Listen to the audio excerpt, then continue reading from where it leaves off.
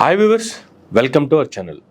ఈరోజు ఉదయం నుంచి తెలంగాణ రాష్ట్రంలో మారుమోగుతున్నటువంటి అంశానికి సంబంధించి చూసుకుంటే ఈ ఫార్ములా రేసింగ్కి సంబంధించి గ్రీన్కో కంపెనీ ద్వారా బీఆర్ఎస్ పార్టీకి ఎలక్టోరల్ బాండ్స్ వచ్చాయని 41 కోట్లకు సంబంధించి అవి అన్యాక్రాంతంగా వచ్చాయనేటువంటి ఉద్దేశంతో దానికి లెక్కలు లేవనేటువంటి ఉద్దేశంతో కూడా ఏసీబీ రైట్స్ గ్రీన్కో కంపెనీ మీద ఆఫీసుల మీద ఏసీబీ రైట్స్ అవుతూ ఉన్నాయి. మరోపక్క కేటీఆర్ గారు ఆయన ముందస్తు బెయిల్ కోసం అప్లై చేసుకున్నారు. దాన్ని క్వాష్ పిటిషన్ వేయమని అప్లై చేసుకున్నారు. క్వాష్ పిటిషన్ ఈరోజు హైకోర్టు కొట్టేయడం కూడా జరిగింది. అరెస్ట్ చేయొద్దు అని వేసుకున్నటువంటి పిటిషన్ని అరెస్ట్ చేయొద్దని ఇవ్వలేము ఇలాంటి కేసులు అని కూడా హైకోర్టు స్పష్టం చేసినటువంటి నేపథ్యంలో కేటీఆర్ గారి అరెస్టు తప్పదా, అసలు బీఆర్ఎస్ పార్టీలో ఏం జరుగుతుంది, ఈ ఫార్ములా రేసుకు సంబంధించి ఈ తతంగాన్ని ఎలా చూడాలి, ఇది కేవలం కేటీఆర్ గారి మీద కక్ష సాధింపు చర్యలా, లేదు దీంట్లో నిజంగానే అన్యాయం జరిగిందా, ఇటువంటి ఎలక్ట్రల్ బాండ్ల ద్వారా ఎటువంటి ముందుగా లేనటువంటి కంపెనీని అప్పటికప్పుడు పుట్టించి ఆ కంపెనీ ద్వారా ఎలక్ట్రల్ బాండ్లు వచ్చినటువంటి సమాచారంలో ఎంతవరకు వస్తుంది, ఈ అంశాలపై మనతో మాట్లాడటానికి మనతో ఉన్నారు బీఆర్ఎస్ మహిళా నేత సురేఖ గారు. నమస్తే అండి. ఏం చెప్తారు మేడం, ఏం జరుగుతుంది అసలు బీఆర్ఎస్ పార్టీలో? బీఆర్ఎస్ పార్టీలో ఇదంతా మాకైతే గుంపు మేస్త్రి చేస్తున్న పనిలాగా ఉంది. ఫస్ట్ ఆఫ్ ఆల్ ఏంటిదంటే ఈ రేసింగ్ కార్ యొక్క కేటీఆర్ గారు అయితే హైదరాబాద్కి ఏదైతే తీసుకొచ్చారో అది చాలా మందికి నచ్చింది. ఎక్కడ అవకతవకలు అయ్యాయి, ఇదయ్యింది అదయ్యింది అన్నది ఏది లేదు అక్కడ. వాస్తవికంగా అన్ని దేశాలు మన వైపు మొగ్గు చూపించాయి. సో ఈ కార్ రేసింగ్ అనేది మన హైదరాబాద్కి రావడము అది ప్రజలు కూడా అందరూ యాక్సెప్ట్ చేసుకున్నారు. మరి అప్పుడు ఎక్కడ ఇబ్బంది కలగనప్పుడు అందరూ దాన్ని ఓకే చేసుకున్నప్పుడు మరి ఈ రేవంత్ రెడ్డి గారికి ఒక్కరికి ఎలాగ ఇందులో తప్పులు తుణకలు కనిపిస్తున్నాయో నాకు అర్థం అవుతుంది. ఈ రేసింగ్కి సంబంధించి ఆ ఫార్ములాకి సంబంధించి ప్రాబ్లం కాదు ఇక్కడ. యాక్చువల్లీ కాంగ్రెస్ గవర్నమెంట్ రాగానే ఆ ఫార్ములాను కూడా క్యాన్సిల్ చేయడం జరిగింది కొత్త గవర్నమెంట్. కానీ ఆ పేరు అడ్డం పెట్టుకుని గ్రీన్కో అనేటువంటి కంపెనీ సృష్టించి దాని ద్వారా ఎలక్ట్రల్ బాండ్ రూపంలో కోటి లెక్కన 41 కోట్ల రూపాయలు బీఆర్ఎస్ ఆఫీస్కి వచ్చింది అనేటువంటిది వస్తున్నటువంటి వాస్తవాలు. అది అబద్ధం. ఆధారాలు లేని మాటలు ఎన్నైనా మాట్లాడతారు, అది అబద్ధం. ఆధారాలతోనే కదా మాట్లాడుతుంది. వినండి, ఆధారాలు అంటే ఇప్పుడు మీరేమంటున్నారు, దీనివల్ల 40 కోట్ల డబ్బు వచ్చింది భవన్ కి వచ్చింది అని అంటున్నారు. భవన్ కి ఎక్కడ వచ్చింది డబ్బులు ఎక్కడొచ్చాయి? ఇది మొత్తము అన్ని ఎవిడెన్సెస్ ఉన్నాయి, ప్రతిదీ క్లారిటీగానే ఉంది. ఎక్కడ మీకు అవకతవకలు జరిగినట్టున్నాయి? మరి మీరు ఏవైతే 6 గ్యారంటీలు పెట్టుకొని ప్రభుత్వం రాగానే దాన్ని క్యాన్సిల్ చేసింది. ఒక్క టీఎస్ ఉన్న నంబర్కి టీజీ నంబర్కి 1000 కోట్లు ఖర్చు పెట్టిపించింది. మరి ఆ 1000 కోట్లకి సమాధానం ఏంటి? ఇప్పుడు 1000 కోట్ల సమాధానం ఏంటి? నువ్వు 6 పథకాలు గ్యారంటీలు పెట్టుకొని వచ్చినావు. నీ తప్పులు తడకల్ని నువ్వు మభ్య పెట్టుకోవడానికి ఏదో ఒకటి లేనివన్నీ నువ్వు ఉన్నట్టుగా ఉన్నవి లేనట్టుగా నువ్వు ప్రూవ్ చేసుకోవడానికి ఇది చేస్తున్నావు. సరే, ఏది జరిగినా కూడా కేటీఆర్ గారు ప్రతిదానికి సమాధానం ఇవ్వడానికి రెడీగా ఉన్నారు. ఎంక్వైరీకి వెళ్ళినా కూడా ఎక్కడ వెళ్ళినా కూడా లాయర్ని తెచ్చుకోవద్దు అని మన ఇప్పటి వరకు ఎక్కడ కూడా ఒక మనిషి తన ఆరోపణలు నిర్ధారణ కాకపోకముందే మీరు లాయర్ని తెచ్చుకోవద్దు, మీరు క్రైమ్ చేశారు, మీరు ఇది అది అని అనడానికి ఎక్కడ రూల్స్ లేవు.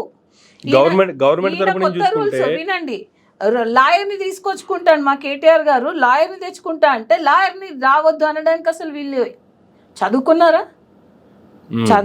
అసలు మొన్న మంత్రి గారు పొన్నం ప్రభాకర్ గారితో ఒక ఇంటర్వ్యూ చూసా, అసలు సిగ్గుచేట అనిపిస్తుంది, వీళ్ళు మంత్రులేనా అనిపిస్తుంది. అసలు తెలంగాణలో పందికొక్కులు జొరిన వీళ్ళు తెలంగాణలో కాంగ్రెస్ మంత్రులు. ఆయనకు తెలియదంట మంత్రి ఎవరు. మంత్రి అయి ఉండి మీరు రిటైర్డ్ అయిన ఐఏఎస్ ఐపీఎస్ వాళ్ళని ఎందుకు మీరు బాధ్యతలు ఇచ్చి తీసుకుంటారో వాళ్ళకి ఎవరికి ఇస్తలేము, మాకు తెలియదు అంటే నువ్వు మంత్రివి కాదా?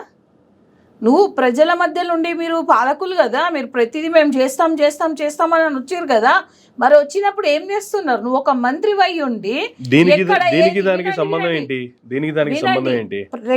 ఒక సంబంధం ఉంది, ప్రతిదానికి సంబంధం ఉంది. ఇప్పుడు మీరు తప్పించుకోవడానికి ఏదో ఒకటి. మొన్నటి వరకు ఇదే ముఖ్యమంత్రి గారు వేముల రేవంత్ రెడ్డి గారు ఆయన అల్లు అర్జున్ ఆ అమ్మాయి చనిపోయింది, జస్ట్ ఎగ్జాంపుల్ చెప్తున్నాను, ఇప్పుడు మా కేటీఆర్ గారు ఈ కార్ రేసింగ్ దాని గురించి, ఈయన రేవంత్ రెడ్డిది ఫార్ములా గురించి నేను చెప్తాను. ఇప్పుడు ఈ ఫార్ములాలో అవకతవకలు అయినాయి, 40 కోట్లు వచ్చాయి అనడం అది అబద్ధం. అది అబద్ధమైన మాట. వాస్తవాలేంటి? వాస్తవాలు ఏంటంటే ఈయన ఇప్పుడు రైతు బంధు పథకం వెయ్యాల. రైతు బంధు పథకము ఎలక్షన్స్ ముందు ఏమన్నాడు, మీకు అకౌంట్లో 12,000 కాదు 15,000 మమ్మల్ని గెలిపిస్తే మీకు 15,000 వస్తాయి అని అన్నారు. అవునా? ఇప్పుడు వచ్చి కూడా ఇప్పుడు 11 నెలలు అవుతుంది. నిన్నే కదా ప్రెస్ మీట్ పెట్టి మరి చెప్పారు. వినండి, వస్తున్నాను. కేబినెట్ భేటీ అయింది, కేబినెట్ భేటీలో కేబినెట్ ఆమోదం అయింది. వినండి, ముఖ్యమంత్రి గారు ప్రెస్ మీట్ పెట్టి వివరించారు. ఏం ఆమోదమైంది? కేటీఆర్ గారిని ఈ ఫార్ములా కార్ రేసులు ఎట్లిరికి ఇవ్వాలా, కేటీఆర్ గారి మీద ఎట్లా నిందలు వేయాలా, కేటీఆర్ గారిని ఏసీపీ దాడులకు ఎట్లా ఆయనని మానసికంగా గురి చేయాలా, మళ్ళీ వాళ్ళు పెట్టుకున్న చర్చ ఏంటి, కేటీఆర్ గారి మీద ఏవీ లేకపోయినా మనం అన్ని కల్పించి ఓన్ ఎవిడెన్సెస్ మనం కల్పించి ఆయన ఇంటికి ఎంక్వైరీకి వెళ్ళినట్టు అన్ని అక్కడ పెట్టేసి ఏసీబీ నోటీసులు ఇచ్చింది. ఈ రోజు ఈడీ కూడా నోటీసులు ఇచ్చింది. అంటే ఏసీబీ కావచ్చు, ఈడీ కావచ్చు, ఎటువంటి ఆధారాలు లేకుండానే అసత్య ఆరోపణలు చేస్తూనే నోటీసులు ఇస్తారా? ఇప్పుడు వ్యవస్థలు తప్పుపడుతున్నారా మీరు? ఇప్పుడు వ్యవస్థ కాదు, Revanth Reddy government, TG Congress government నేను క్వశ్చన్ చేస్తున్నా. ఇటువంటివి ఏవీ లేకుండా డైరెక్ట్ గా కేటీఆర్ గారి మీద నిందలేస్తేనో కేటీఆర్ గారు దీంట్లో పబ్లిక్ డైవర్ట్ అవుతారు కదా. ఏదో ఒక న్యూస్ కావాలి, ఏదో ఒక బ్రేకింగ్ న్యూస్ కావాలి. అరే కేటీఆర్ నన్ను ఇట్లా చేసిందంట, పబ్లిక్ అరే కేటీఆర్ నన్ను ఇట్లా చేసిరంట, కేటీఆర్ అని ఇట్లా, ప్రతి ఒక్కరు మైండ్ డైవర్ట్ అయిపోతుంది. ఇప్పుడు కేటీఆర్ గారిని అరెస్ట్ చేస్తే తెలంగాణ రాష్ట్ర ప్రజల మైండ్ మొత్తం డైవర్ట్ అయిపోయినట్టేనా? డైవర్ట్ పథకాలు అడగారా? పథకాలు క్వశ్చించిన వాళ్ళ మీద కేసులు పెడుతున్నాడు రేవంత్ రెడ్డి. ఎవరన్నా మేము క్వశ్చన్ చేస్తే మమ్మల్ని కొట్టడాలో, లేనిపోయిన కేసులు పెట్టడమో ఏదో ఒకటి చేసి భయభ్రాంతులకు లోన్ చేస్తుంది కాంగ్రెస్ ప్రభుత్వం. ఏ ఒక్క కార్యకర్తలను కానీ ఏ లీడర్లను కానీ టార్గెట్ చేస్తున్నారు. టార్గెట్ ఎందుకు చేస్తున్నావు? నువ్వు కరెక్ట్గా నువ్వు పబ్లిక్ని నమ్ముకొని వచ్చినావు కదా, నువ్వు సేవ చేయడానికి వచ్చినావు కదా. ఒక స్టేజ్ మీదనే నీ పేరు పిలవలేకుండా పోతున్నారు పబ్లిక్ అంటే నువ్వు ఎంతటి మనిషివో అర్థమవుతుంది. ఫస్ట్ పాయింట్, నువ్వు చేస్తా అన్న ఫార్ములా గురించి, నువ్వు మాట్లాడే ఫార్ములా గురించి మరి ఆ విధంగా చూసుకుంటే నీ మీద 78 కేసులు ఉన్నాయి. మరి నిన్ను ఈడీలు ఎందుకో నీకు నోటీసులు పంపిస్తలేరు? ఏసీపీ వాళ్ళు ఎందుకో నిన్ను అరెస్ట్ చేస్తలేరు? అంటే మీరు చేస్తేనేమో చమత్కారం, మేము చేస్తేనేమో ఎటకారం అన్నట్టున్నది రేవంత్ రెడ్డిది.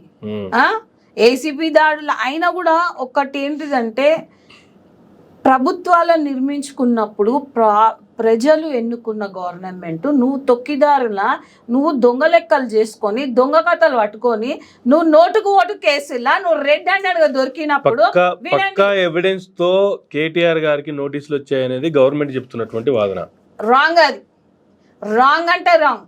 కావాలనే కుట్రపూరితంతో ఏదో ఒక రకంగా ఇది చెయ్యాలని చెప్పి రేవంత్ రెడ్డి ఆయన టీం పన్నిన పన్నాగం ఇది. First point. మరి మీరు వచ్చిన 6 నెలల్లో మేము క్వశ్చన్ చేస్తున్నందుకే కదా. సరే తెలంగాణ ప్రభుత్వం మిమ్మల్ని ఇరికేయాలనుకుంటుంది, పన్నాగాలు పడుతుంది, అరెస్టులు చేయాలని చెప్పి ఏవేవో చేస్తుంది. కానీ హైకోర్టులో ఎందుకు? మరి హైకోర్టు ఎందుకు గవర్నమెంట్ కి ఓకే చెప్పింది? గవర్నమెంట్ క్వాష్ పిటిషన్ వేసుకుంటే ఎందుకు కొట్టేసింది? అది సబ్మిట్ చేయండి, ప్రాపర్ ఎవిడెన్స్. అవన్నీ అయిపోయిన తర్వాత కదా, నిన్న వాదోపాదాలు జరిగిన తర్వాత కదా, నిన్న మధ్యాహ్నం ఒక విచారణ అయింది, సాయంత్రం ఒక విచారణ అయింది. నిన్న తీర్పుని రిజర్వ్ చేసి పెట్టారు, ఇవాళ మార్నింగ్ తీర్పు ఇచ్చారు. లేదు, పక్కా ఎవిడెన్సెస్ ఇన్వెస్టిగేషన్ అయిన తర్వాత అప్పుడు ఎవిడెన్సెస్ సబ్మిట్ చేయండి అని చెప్పి కోర్టు చెప్పింది. సో వీళ్ళే అన్ని మాట్లాడేసుకొని వీళ్ళే అన్నని పిలిపించారు. రామన్న అక్కడికి వెళ్ళారు. ఆయన వంతు ఆయన మొత్తం వాళ్ళు అడిగిన క్వశ్చన్స్కి ఆయన ఆన్సర్ ఇచ్చారు. ఎక్కడ అవకతవకలు జరగలేదు. ప్రతిదీ మాకు ఎవిడెన్సెస్తో సహా ఉన్నాయి. ప్రతి ఒక్క వచ్చిన రూపాయి ఏంటి, ఎక్కడి నుంచి వచ్చింది ఏంటి అన్నది ప్రతి ఒక్కటి ఎవిడెన్సెస్ ఉన్నాయి. మేము క్లియర్గా ఉన్నాం. మేము ఉద్యమం నుంచి వచ్చిన వాళ్ళం, మేము కేసీఆర్ సైనికులం, భయపడేటోళ్ళం కాదు. నువ్వు ఇవాళ 100 కేసులు పెట్టుకో, లేని పని పెట్టుకునేది ఎవ్వడు భయపడాడు. ఫస్ట్ ఆఫ్ ఆల్ నువ్వు పెడతాన్న 6 గ్యారంటీల పథకం గురించి నువ్వు మాట్లాడు. నిన్నెవడు క్వశ్చన్ చేయొద్దు. మీ మంత్రులకి అంటే ఊరాదు అంటే రాదు. మరి మీరు ఎందుకు మంత్రుల్లాగా ఉన్నారు? ఒక మాట, మీరు మహిళలకి ఫ్రీ బస్సులు, ఉచిత బస్సులు మేము అడిగినామా పెట్టమని? మేము అడిగినామా ఉచిత బస్సులు? ఇంకొకటి నాకు ఎంత సిగ్గుచేటు అంటే, నేను మొన్న బస్సు ఎక్కినాను, ఇదేంటో చూద్దాము అని. అంటే వెనక దొడ్డిదారిన డబ్బులు ఇచ్చి వచ్చిన మహిళా కండక్టర్లు, చదువుకున్న వాళ్ళకి మిమ్మల్ని క్వశ్చన్ వేస్తాను, ఆధార్ కార్డులో తెలంగాణ ఉంటుందా, ఆంధ్రప్రదేశ్ అని ఉందా? పాయింట్. ఆధార్లో ఆధార్ మనకి ఉంది, ఆధార్లో మనకు అక్కడ ఏమని ఉంటుంది? ఆంధ్రప్రదేశ్ అనే ఉంటది కదా. పాపం ఆవిడ దొడ్డిదారిన డబ్బులు ఇచ్చి కండక్టర్ డ్యూటీ ఎక్కినట్టుంది. తెలంగాణ ఆధార్ కార్డ్ అయితేనే బస్ ఎక్కాలంట. నాకు ఎంత నవ్వు అనిపించింది అంటే, నాకు చాలా కరెక్ట్ చేస్తుంది. మీరు ఆధార్ కార్డులు మార్పించుకోవాలి. తెలంగాణ వేరైపోయిన తర్వాత ఆంధ్రప్రదేశ్ ప్లేస్ లో తెలంగాణ పెట్టించుకోవాల్సిన బాధ్యత మీది. ఏంది రేవంత్ రెడ్డి టీఎస్ నుంచి టీజీ చేసినాక మేము మార్చుకోవాలా?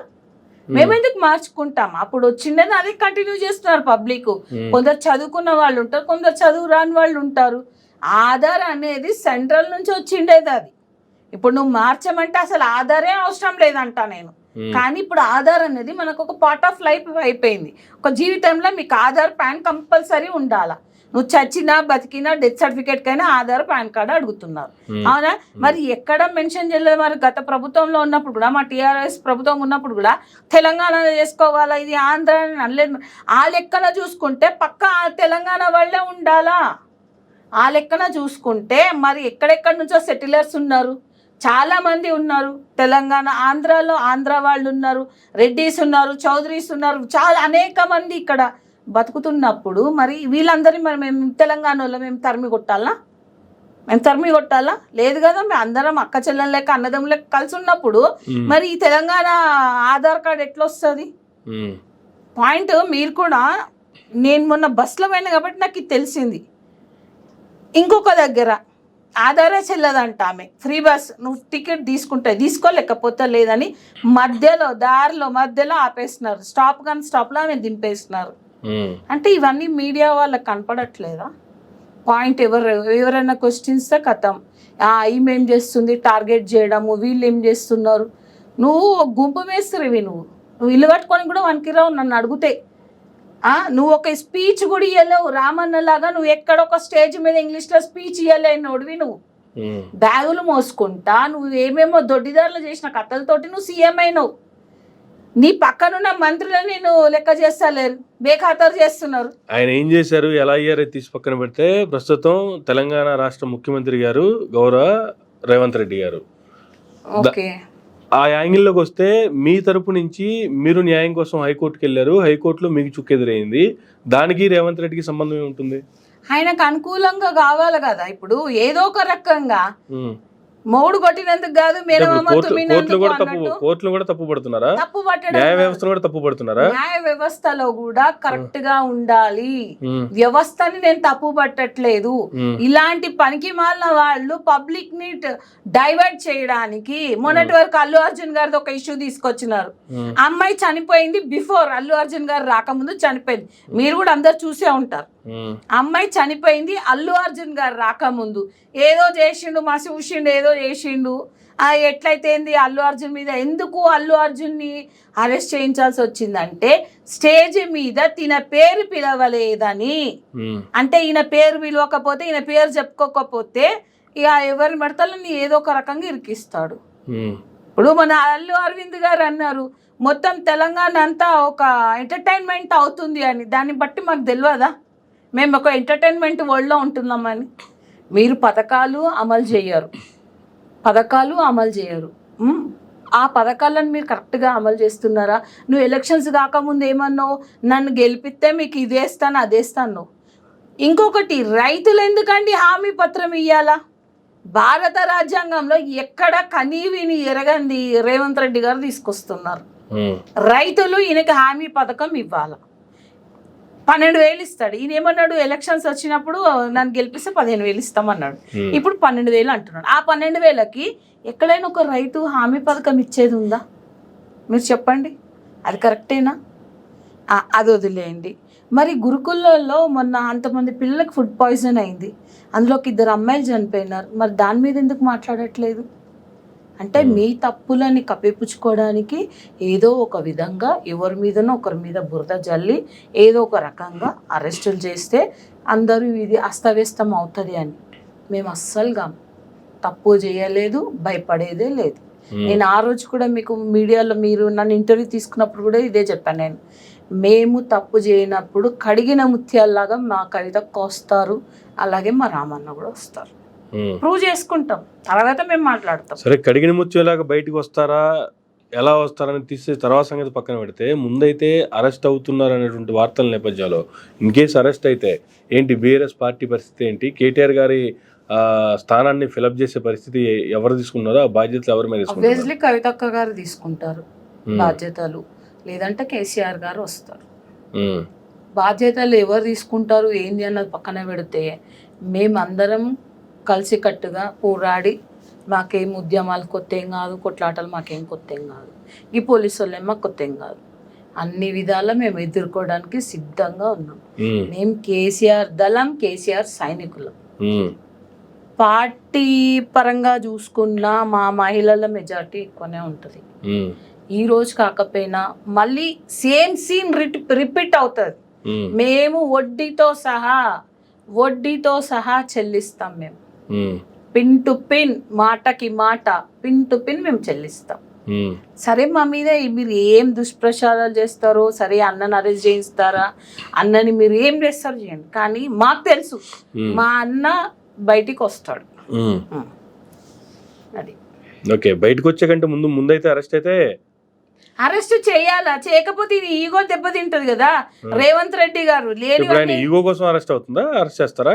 ఈగో కోసమే మరి. ఆయనది ఏంటంటే ఈగో కోసం అయితే ఈడీ రాదు కదండి.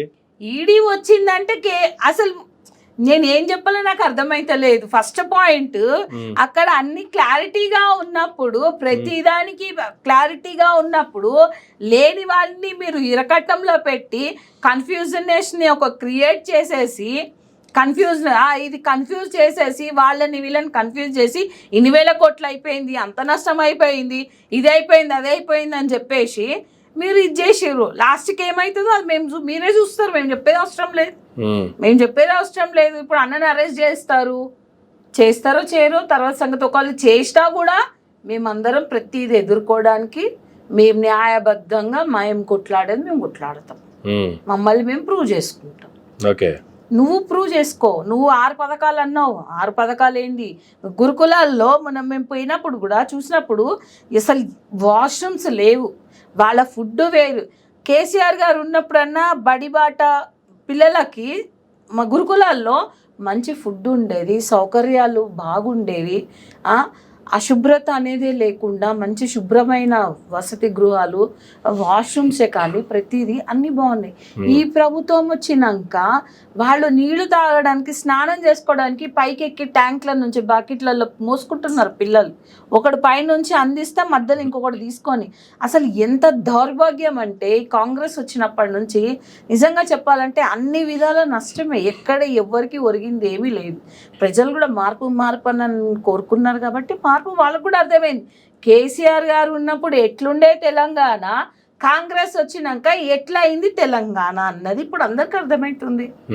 6 పథకాలు ఇప్పుడు కేవలం రైతులది ఇది పెట్టుకొని ఏదో ఒకటి అయిపోయింది. ఇప్పుడు ఈ నెల అయిపోతుంది, ఈ ముచ్చటంతా అయిపోతుంది. సార్ది రేవంత్ రెడ్డి సార్ది ఈ డ్రామా అయిపోతుంది, బుర్రకథ ఈ నాటకం అయిపోతుంది.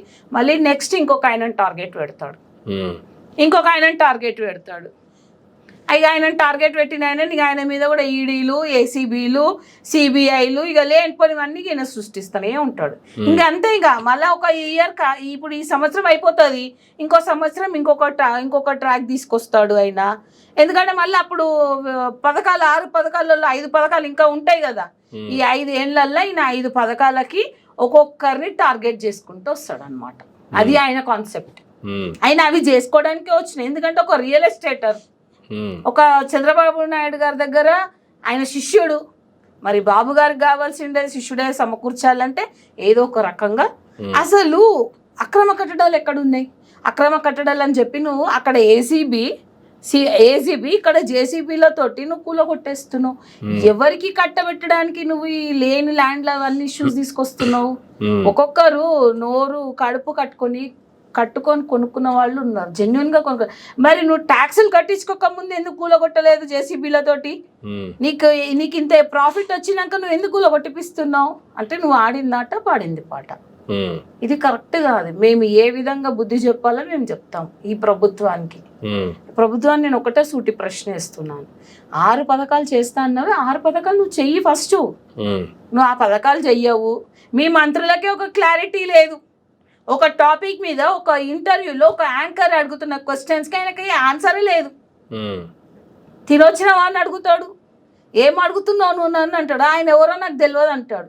కోమటిరెడ్డి వెంకటరెడ్డి ఎవరో తెలియదు అంట పొన్నం ప్రభాకర్ గారికి. మరి వీళ్ళకి ఒక సమైక్యత లేనప్పుడు సంఖ్యత లేనప్పుడు ఇక వీళ్ళు ఏం పాలిస్తారు? పబ్లిక్ ని పిచ్చోళ్ళని చేస్తున్నారు అంతే. ఇప్పుడు గదే నడుస్తుంది. ఇప్పుడు ఎట్లా భోగి, సంక్రాంతి, కనుమ మన ఊర్లలో ఆడతారు కదా, గంగిరెద్దులను వేసుకొని వస్తారు కదా, ఇక ఆ టైప్ అయిపోయింది ఈ ప్రభుత్వం మాకు. అంతే అదే విధంగా అవుతుంది.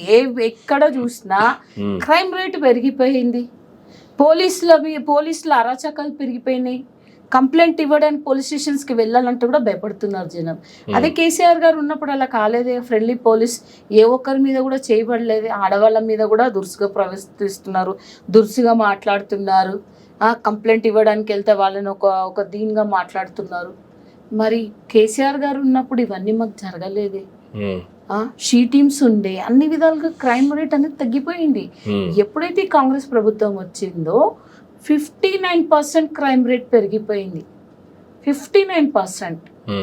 అప్పుడు 38% ఉండే మాకు, ఇప్పుడు 59%.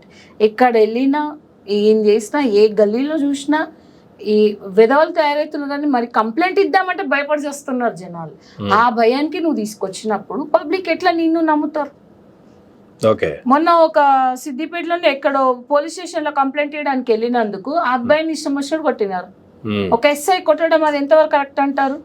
అంటే ఇదంతా మీ ప్రభుత్వం యొక్క వైఫల్యమే కదా. ఇష్టం వచ్చినట్టు ఎవరికి వచ్చినట్టు వాడు మీరు వేసుకుంటారు వెనకకి. నాకు ఎట్లా బ్యాగులు మోసే అలవాటు ఉంది, ఇక మీరు కూడా బ్యాగులు జమ చేసుకొని లైన్గా VIP బ్యాగులు నేను పంపిస్తా అన్నట్టే కదా. నువ్వు ఇచ్చినది అదే కదా. నువ్వు ఇప్పుడు పబ్లిక్కి నువ్వు చేస్తున్న మంచి చేయి. నువ్వు మంచి చేయడానికి వచ్చినావా, లేకపోతే పబ్లిక్ని ఇబ్బందులు బట్టి లేనిపోని కానీ ఎవరో ఒక VIP మీదనో, ఎవరో ఒక పొలిటీషియన్ మీదనో, ఎవరో ఒక సెలబ్రిటీ మీదనో నువ్వు టార్గెట్లు పెట్టుకుంటా పోతే నీ మీద ఉన్న 78 కేసులు అవి ఓపెన్ అవుతాయి. నువ్వు సీఎం గుండగానే నువ్వు అరెస్ట్ అవుతావేమో చూసుకోమాలా. నీ జాతకం చూపించుకోవరకన్నా పంతులకి. ఖచ్చితంగా రేవంత్ రెడ్డి గారు కూడా సీఎం పదవిలో కూర్చోవడానికి ఆయనకి ఏ మాత్రం అర్హత లేదు. ఎందుకంటే జీరో నాలెడ్జ్ పర్సన్. చదువుకున్న వాడికైతే విజ్ఞత ఉంటుంది. నువ్వు చదువుకుంటే నీకు చదువు విలువ తెలుస్తుంది. ప్రతిదీ నువ్వు గురుకులంలో ఒక ఆడపిల్ల మీద అసలు అమ్మాయి నీ ఎలక కోరికిండ చూస్తే అయితే అసలు మనకి ఎలా ఉంటున్నారు అన్న దీనికి లోనవుతాం తెలుసా మనము. ఒక అమ్మాయి చనిపోయింది, 2 అమ్మాయిలు చనిపోయినారు. ఏ ఒక్క మంత్రి పోయి మాట్లాడలేదు. ఏ ఒక్క మంత్రి పోయి మరి వాళ్ళ ప్రాణాలు కాదా? కోమటిరెడ్డి వెంకటరెడ్డి గారు 25 లక్షలు ఇచ్చినారు. మరి ఆ చనిపోయిన పిల్లల ప్రాణం కాదా? మరి వాళ్ళకేం ప్రభుత్వం నుంచి ఎటువంటి సాయం కూడా అందలేదు. ప్రభుత్వం నుంచి కనీసం ఒక్కరు కూడా వెళ్ళి పరామర్శించలేదు, ఆ తల్లిని ఓదార్చలేరు. అంటే ఇక్కడ సెలబ్రిటీలు నీకు ప్రతి ఒక్కరు వచ్చి నీకు నమస్తే కొట్టాలని కలవాలి. ఎందుకు కలుస్తారు? అడుక్కొని మర్యాద తీసుకోవడం కాదు, మనల్ని చూసి వాళ్ళంతటా వాళ్ళు గౌరవం ఇచ్చే విధంగా మనం ఉంటే పబ్లిక్ అయినా నాయకులైనా ఎవరైనా నీకు సలాం కొడతారు. అరే నువ్వు వచ్చిందే నువ్వు వేరే ఇంకోటి మైండ్ సెట్లో పెట్టుకొని వచ్చినావు రాబాయ్. నువ్వు ఫస్ట్ ఆఫ్ ఆల్ సీఎం అంటే ఒక ఇది ఉండాలి, ఒక క్రమశిక్షణ ఉండాలి. నువ్వు మాట్లాడే మాట ఏంది స్టేజ్ల మీద? ఎవరు నురికిచ్చి కొడతావు? ఎవరు నడ్డీల మీద ఎరగొడతావు? నీ నడ్డీ కాకుండా చూసుకో ఫస్ట్. నీ నడ్డి ఎటు పోతుందో చూసుకో ఫస్ట్. మేం చెప్తున్నాం కదా, మేం ప్రతి దానికి మేము యుద్ధానికి దేనికైనా మేము రెడీ అండి. మేము మాత్రం ప్రూవ్ చేసుకుంటాం. ఈడీలు కానీ ఏసీబీలు కానీ ఏం చెయ్యలేవు. మేము చెప్తున్నాను కదా, రామన్న ఒకవేళ అరెస్ట్ చేస్తే గనక దాన్ని కూడా మేము ఫైట్ చేస్తాం. ఇక్కడ కాకపోతే పై కోర్టుకి వెళ్తాం. ఆధారాలు ఇవ్వమన్నది. ఇప్పుడు ఇక్కడ ఉన్న కోర్టు కూడా ఆధారాలు మీరు కరెక్ట్గా ఆధారాలు సబ్మిట్ చేయండి అని ఇక్కడ కొట్టేసింది. మీరు ఆధారాల కోసము అక్కడ ఆధారాలు ఉంటే కదా మీరు వెతకడానికి. ఓకే, ఇప్పుడు మీరు ఇంట్లోకి వచ్చేస్తారు. మొన్న పాడి కౌశిక్ రెడ్డి అన్నది అట్లా చేసిరు. ఎవరో ఒకరు టార్గెట్. మరి మీ కాంగ్రెస్లో మరి నువ్వు చేసింది ఏంది? నువ్వు 78 కేసులు నీ మీద ఉన్నాయి. మరి నిన్నేం చేయాలా? నీ మీద కేసులు ఫైల్ చేయాలా? 78 కేసులు మళ్ళా ఓటుకున్న ఓటు కేసులో నువ్వు ఎట్లయినా నీ మళ్ళీ బయటకు వస్తుంది. నీదంతా బయటకు వస్తుంది. మేము తీసుకొస్తాం కదా. ఏ విధంగా నిన్ను తీసుకురావాలో మేము తీసుకొస్తాం. నేను ఒకటే చెప్తున్నాను, ఆయనకి ఏదో ఒక ఎంటర్టైన్మెంట్ కావాలా, ఆయన పథకాలు ఎస్కేప్ కావడానికి ఇవన్నీ మీరు రాసి పెట్టుకోండి. మళ్ళీ రామన్న ఇష్యూ అయిపోగానే ఇంకో నేత మీద, ఇంకో మంత్రి మీద, ఇంకొక ఎమ్మెల్యే మీద ఈయన సేమ్ టార్గెట్ పెడతాడు. అంతేగా ఆయన టార్గెట్ల స్వామి. ఇంకా టార్గెట్లు పెట్టుకుంటూనే వస్తాడు. అది కాన్సెప్ట్.